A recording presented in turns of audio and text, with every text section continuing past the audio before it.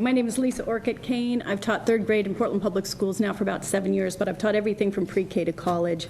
And I felt compelled to come to talk when we talk about standardized testing because I've been here 26 years in teaching, and I've seen the damage that it's done. And to give you a picture of my daily routine in terms of assessment, I figure out what kids need to know. I teach it. We monitor. I go around, see who's doing okay.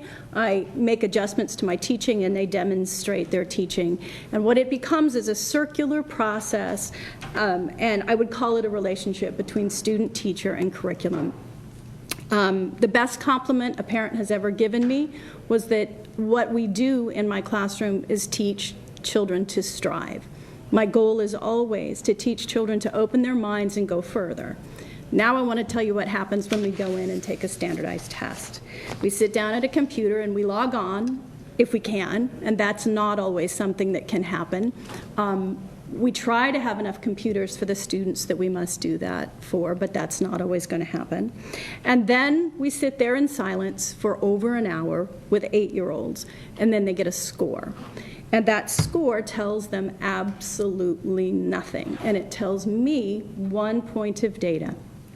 I cannot tell what my students know. I cannot tell what to teach them next. It is absolutely not useful for me in the next day. It doesn't help me. Plus, I get it in, April or May, so that's a whole other issue. My students are very aware. They're 8 years old, and they are very aware that this piece of data is the one that matters. How is it that they know? It's a mystery number. I mean, I've seen kids cheer for 213, and I've seen kids cheer for 248. They have no idea what it means, but they know it's important. And I have to prompt you that we're going to get kicked out in a second. Okay. These tests have driven so much of what we do in education, and I want to leave you with a little boy named Calvin. This sums it up. We sign paperwork before we go into that room stating that we won't teach, that we will not respond to questions. This is something that all of us teachers do before we go into that room. My brightest little boy last year, Calvin, said, "Can I go back and find out what I did wrong?" And I said, "No." And he goes, "Do you know what I did wrong?" "No." "Do you know which ones I missed?" "No." "Can I find out how I can do better?" "No."